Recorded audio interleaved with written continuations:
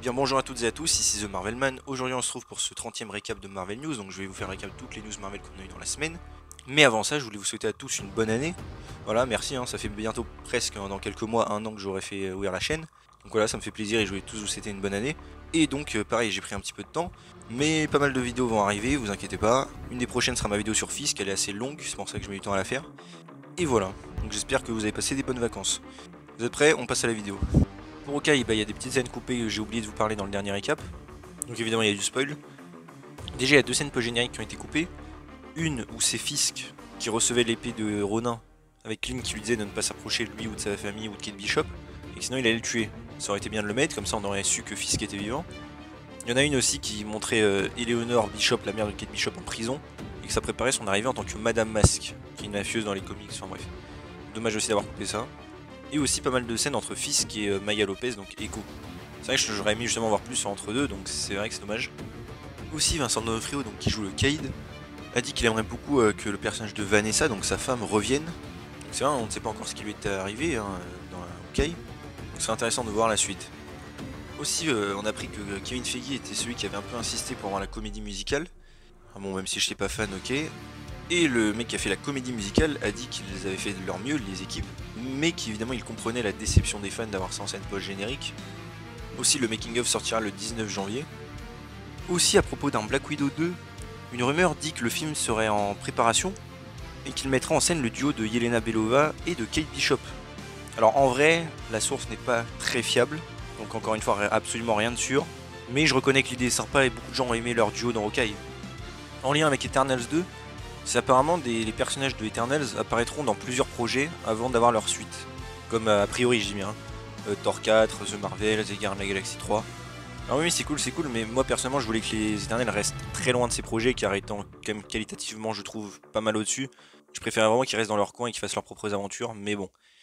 Aussi, Chloé Zhao a révélé que la fin originelle du film, c'était que les Éternels se réunissaient à nouveau sur leur vaisseau, avec l'esprit rebooté, enfin la mémoire effacée, pour aller sur une autre planète et recommencer à zéro. Donc en gros, ils auraient choisi de recommencer à zéro.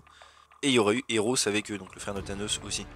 D'ailleurs, à propos d'Eros, elle nous a aussi dit que donc dans le MCU, Eros est un des 10 éternels envoyés sur Titan, donc comme un peu les éternels de la Terre, dont on peut en déduire que la planète Titan dans le MCU avait aussi un céleste à l'intérieur.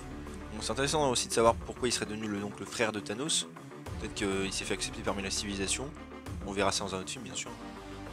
Pour Moon Knight, on a encore d'autres rumeurs qui disent qu'en effet George Clooney aurait tourné un épisode de série. C'était une vieille rumeur, mais vu qu'elle revient, je vous le redis.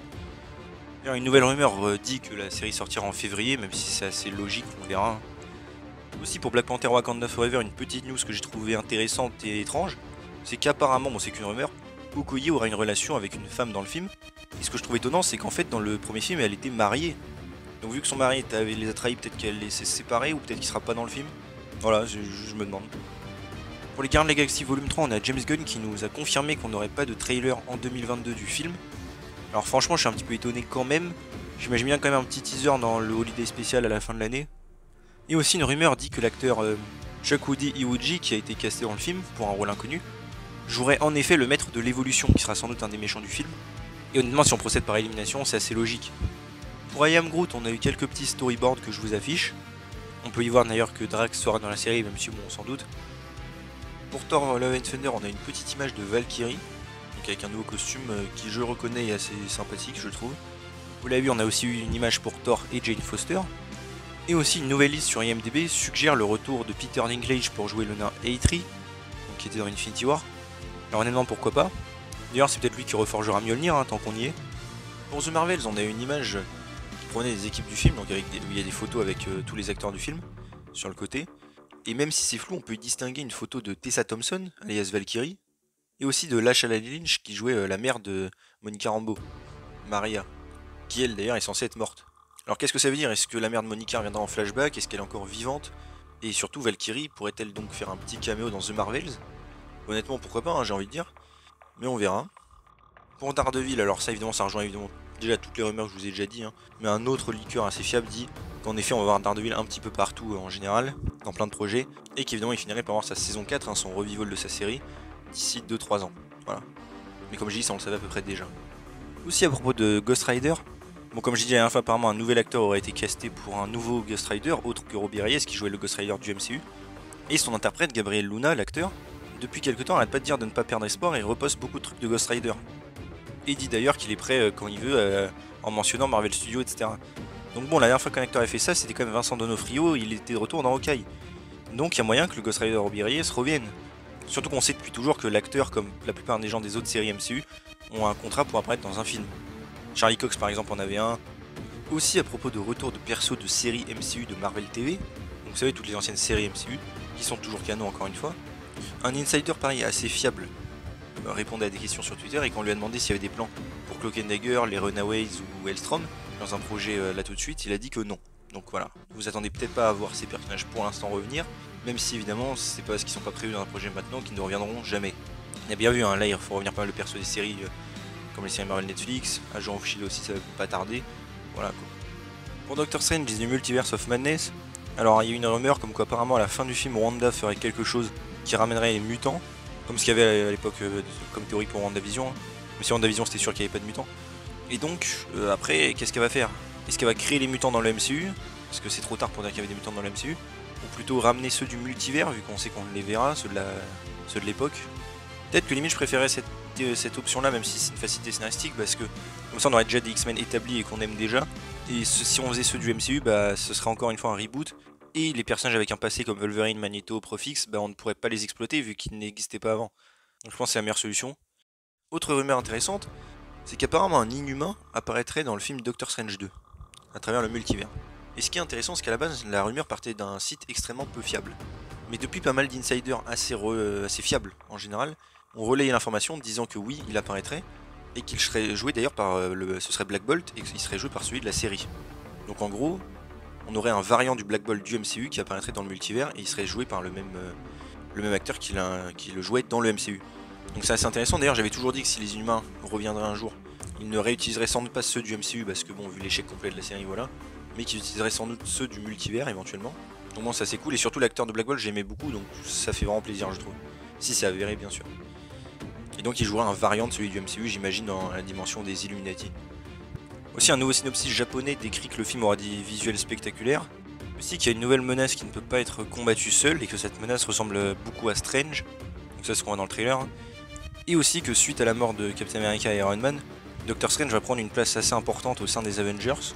Aussi apparemment le film à l'heure actuelle ferait 3 heures et quelques, mais ensuite il sera évidemment raccourci, bon après c'est un peu comme pour tous les films, hein, donc vous inquiétez pas. Même si j'avoue que 3 heures de Doctor Strange pourquoi pas. Hein. Aussi pour Spider-Man No Way Home quelques anecdotes. Déjà c'est Kevin Feige qui a dit qu'à l'époque il y avait 0 plan pour faire venir des personnages comme le Bouffon Vert ou Octopus un jour. Donc bon pour moi c'est vraiment un aveu d'échec et ça montre qu'ils avaient vraiment rien prévu pour le personnage à l'époque. Aussi, autre anecdote, c'est donc le personnage de Michelle Jones, donc joué par Zendaya, qui aurait dû à un moment devenir une super héroïne. Il y avait des plans pour ça, bon ça c'est pas fait. Aussi on aurait eu un leak qui nous décrit la plupart des scènes qui ont été coupées. Donc voilà, hein, je vous mets à l'image, vous pouvez mettre sur pause et lire. Bon évidemment ça parle des scènes coupées avec Daredevil, il y en a beaucoup, des scènes avec les Spider-Man. J'espère qu'on les verra en tout cas sur le Blu-ray. Aussi on a eu d'autres petits détails. Alfred Molina par exemple a dit qu'évidemment quand il est revenu il voulait jouer quelque chose un peu de neuf pour le personnage et pas de refaire ce qu'il avait fait en Spider-Man 2. On a appris que Toby Andrew avait signé pour rejoindre le film seulement en décembre 2020, donc le film avait déjà commencé, et que contrairement aux rumeurs, Tobey Maguire n'a pas été dur à convaincre. Apparemment il aurait accepté même sans lire le script. Il voulait juste que le moins de choses soient révélées sur son personnage depuis Spider-Man 3, probablement pour garder ça dans un Spider-Man 4 éventuel. Les scénaristes ont aussi d'ailleurs qu'il a fait y avoir des scènes post-génériques avec eux qui se passent dans leur univers. Mais pareil, je pense qu'ils gardent ça peut-être pour un autre film. Aussi, ils ont dit que Venom avait évidemment failli rejoindre les autres méchants à la fin pendant la bataille. Ah bon, moi je savais qu'il n'y serait pas, mais bon. Je veux dire, pourquoi il aurait affronté Spider-Man? Il n'aurait pas eu beaucoup de sens. Ils ont aussi dit que la fin de la série Loki n'avait aucun lien avec le sort de Strange dans ce film. Ah bon, c'est ce que je vous avais déjà dit, hein. Je savais que Loki n'aurait aucun lien avec les événements qui vont arriver après. Parce que ça a été fait en même temps. Et surtout, j'en avais déjà parlé, ça ne faisait pas sens, techniquement parlant. J'en parlais déjà dans mes vidéos à l'époque. Ils ont aussi dit qu'ils avaient tué tant de même pour que Peter vive enfin un drame. Bon, j'ai envie de dire, ça fait 6 films où il apparaît, il était peut-être un petit peu temps vu que c'est la base de Spider-Man, mais bon. Aussi, apparemment, la scène du combat sur le pont avec Octopus durait à peu près 15 minutes. Il y a eu pas mal de scènes coupées évidemment. Et franchement, avec toutes les scènes coupées qu'on a, j'aimerais limite qu'ils sortent une version du film, ou en tout cas qu'ils sortent vraiment toutes ces scènes sur le Blu-ray. Ce sera assez cool.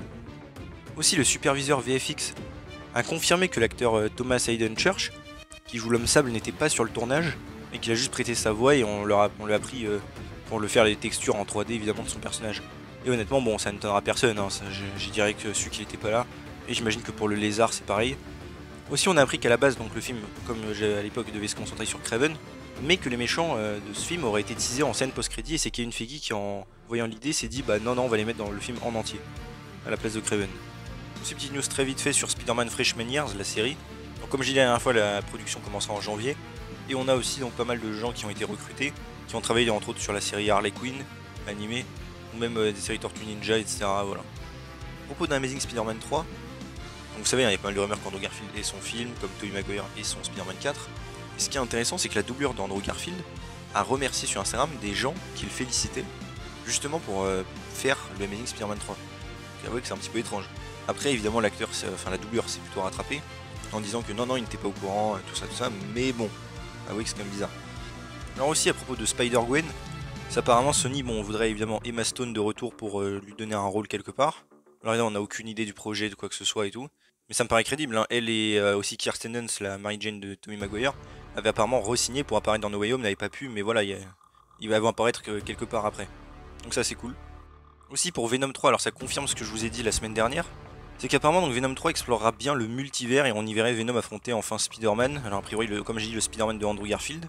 Même si bon, je suis assez déçu vu que je n'aime pas ce Venom et que j'aime bien Andrew Garfield. Et donc ça sera de son point de vue à Venom. Alors après, quand il dit exploration du multivers, encore une fois, c'est comment ça? Venom n'a rien à voir avec ça, donc vraiment il va falloir justifier ça beaucoup. Puis en plus, il y a déjà un Spider-Man dans l'univers de Venom, hein, on le voit dans Morbius, etc. Enfin, c'est un peu bizarre. J'espère vraiment qu'on aura des précisions. Pour le film Morbius qui devait sortir en janvier, il a été décalé au 1er avril aux États-Unis et le 30 mars en France. Alors bon, c'est un petit peu étonnant.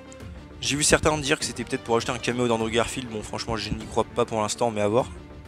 Pour Kraven, le film, on a appris que Sony apparemment chercherait donc à caster le demi-frère de Kraven, le caméléon. Alors pour X-Men, petit détail, c'est Matthew Vaughn qui avait fait d'ailleurs X-Men le commencement, qui était très bien. Il a dit que s'il y avait encore une fois un reboot dans le MCU et tout, il aimerait bien revenir le diriger. Alors évidemment moi je suis pour, hein, il a fait un très bon film, mais à la condition qu'il reboot et qu'il y ait un Wolverine jeune. C'est le perso qui le ferait revenir en tout cas. Donc bon, à voir, hein. Après Wolverine Jeune ça dépend quel âge quoi, mais pourquoi pas. Et voilà, c'est déjà tout pour ce 30e récap de Marvel News. J'espère que ça vous a plu. Si c'est le cas, n'hésitez pas à vous abonner, liker, commenter, partager, activer la cloche. Et on se retrouve bientôt pour une nouvelle vidéo. Salut tout le monde.